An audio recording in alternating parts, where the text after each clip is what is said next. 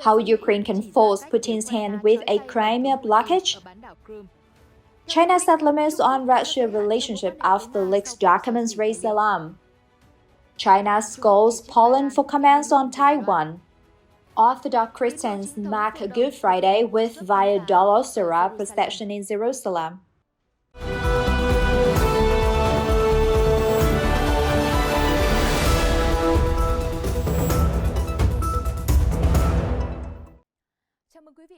A blockage of the Russian-occupied Crimean Peninsula by Ukrainian forces could impact resources and force Vladimir Putin to shift his wartime strategy, a former United States ambassador told this week.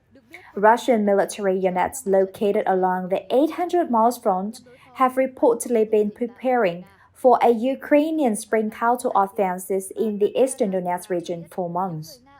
William Coldney, an adjunct senior fellow at the nonpartisan RAND Corporation and a former U.S. ambassador to Kazakhstan and Georgia, wrote in a recent op-ed published by the Moscow Times that a blockage may ultimately be a better long-term strategy for Ukraine than attempting to completely overtake the territory annexed by Russia in 2014.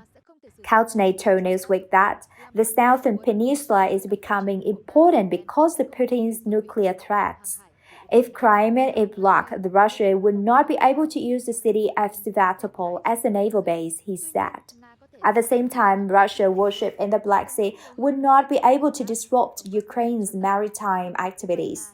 That not only neutralized much of the peninsula, but also made it impossible for Russia to provide reinforcements to the forces occupying Kherson and Zaporizhia region, Coutney continued.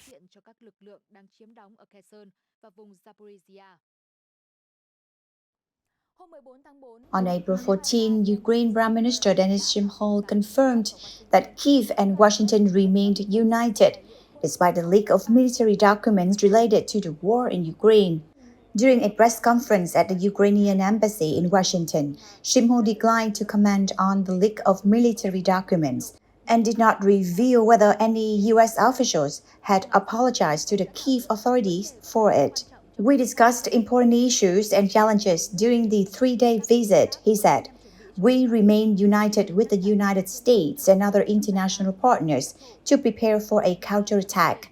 We will definitely win the war against Russia and take back the territory. Shmyhal added that Ukraine and the U.S. had agreed on issues such as training soldiers and supplying weapons, including long-range missiles.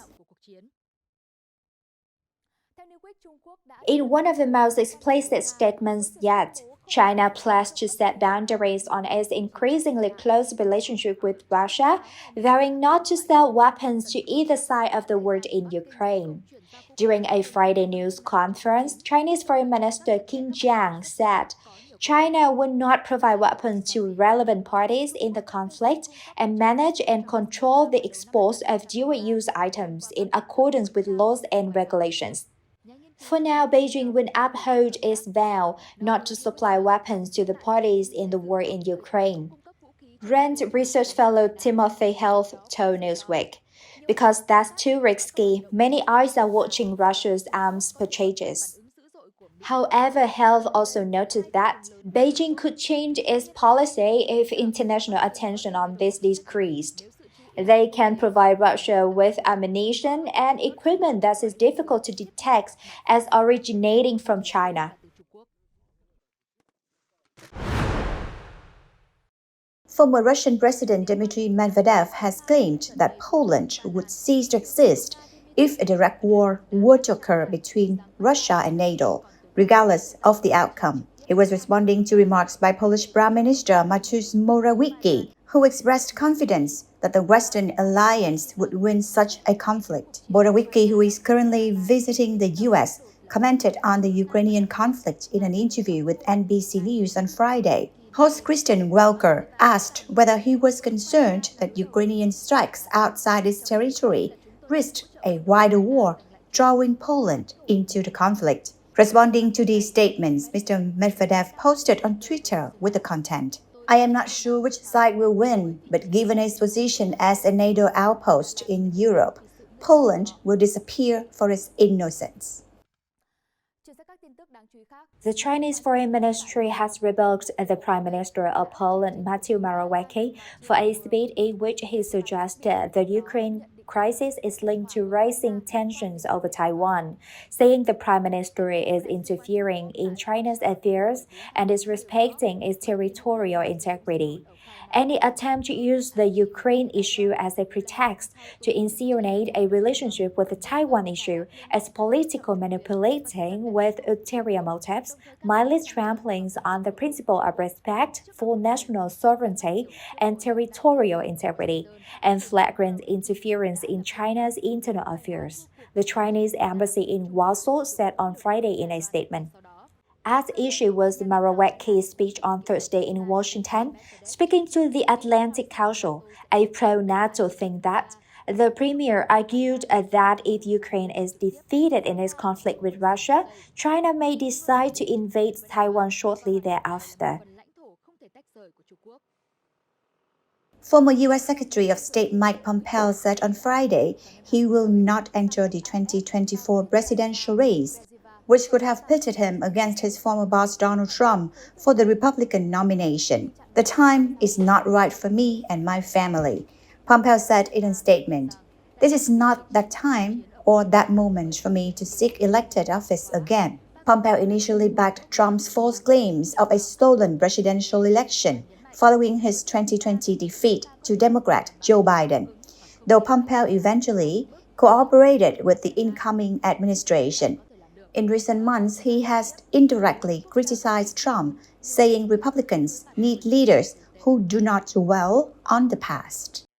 Carrying wooden crosses and singing hymns, Orthodox Christians held a procession in the old city of Jerusalem on Good Friday, April 14th, retracing what they believe is the route that Jesus Christ took to his crucifixion. Worshippers who follow the Eastern calendar began the Eastern Festival of Good Friday with the procession through the Via Dolorosa to the Holy Sepulchre Church, where Christians believe Jesus was buried, before rising from the dead 3 days later. The Via Dolorosa starts from the Ecce Homo convent and leads to the Church of the Holy Sepulchre, and along the route there are the 14 stations of the cross. Peruvian archaeologists discovered the remains of a 500-year-old Inca bathroom in central Peru, officials report on Friday, April 14. The Inca bathroom is the second one found in Huánuco Papa archaeological site, whose complexities and dimensions are larger than the previously known. The Inca baths are structures commonly associated with the most restricted, hierarchical areas of Inca settlements. According to the researchers, these structures had a religious and ceremonial character. Peru is a country rich in archaeological treasures. It has hundreds of sites that date back thousands of years and span dozens of cultures, including the Incan Empire that was in power when Spanish explorers arrived in the early 1500s. Và chương trình ngày hôm nay đến đây là kết thúc. Cảm ơn quý vị và các bạn đã quan tâm theo dõi. Hẹn gặp lại quý vị ở những chương trình tiếp theo.